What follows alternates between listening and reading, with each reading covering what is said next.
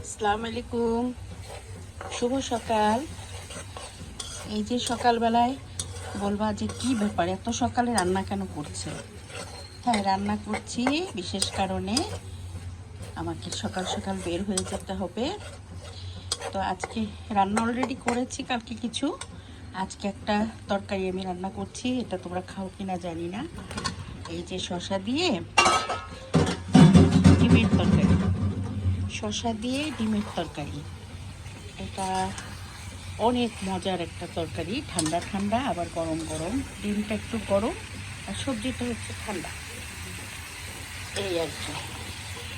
তো খেতে অনেক মজা লাগে। একটু পাতলা মশলা দিয়ে, হালকা মশলা দিয়েই রান্না করতে হয়।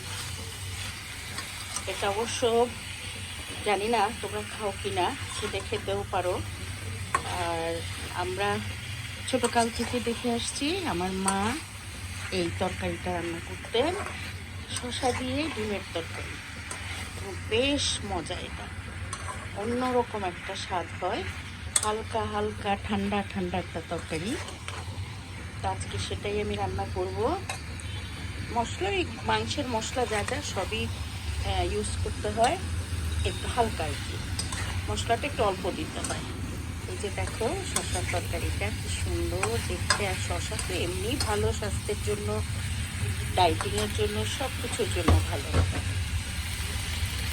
তো আজকে আমার হঠাৎ মনে হলো যে যেহেতু আজকে আমার বাইরে কাজ আছে সকাল সকাল, এই সহজ রান্নাটা করে ফেলি। খেতেও ভালো লাগবে, অনেকদিন যাবৎ করি না, খেতেও ভালো লাগবে, আর খুব দ্রুত রান্নাটা হয়ে যাবে।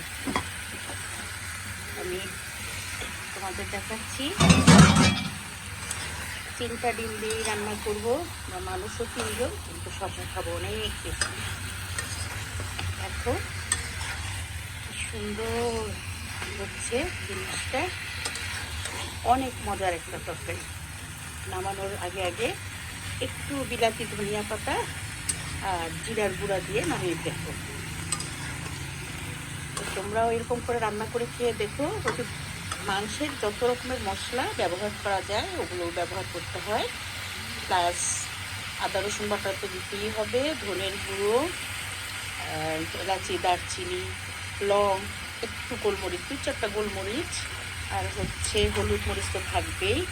এগুলো দিয়ে আগে মশলাটাকে ভালো করে কষিয়ে, তারপরে যে শসাটাকে কষিয়ে পরে ডিমটা দিয়ে ঝোল দিয়ে দিতে হবে।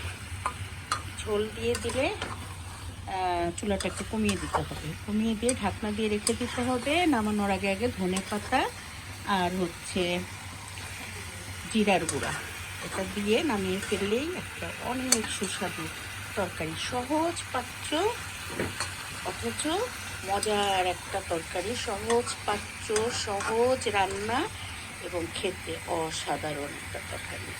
এই অসাধারণ তরকারিটি তোমরা একবার করে খেয়ে দেখো।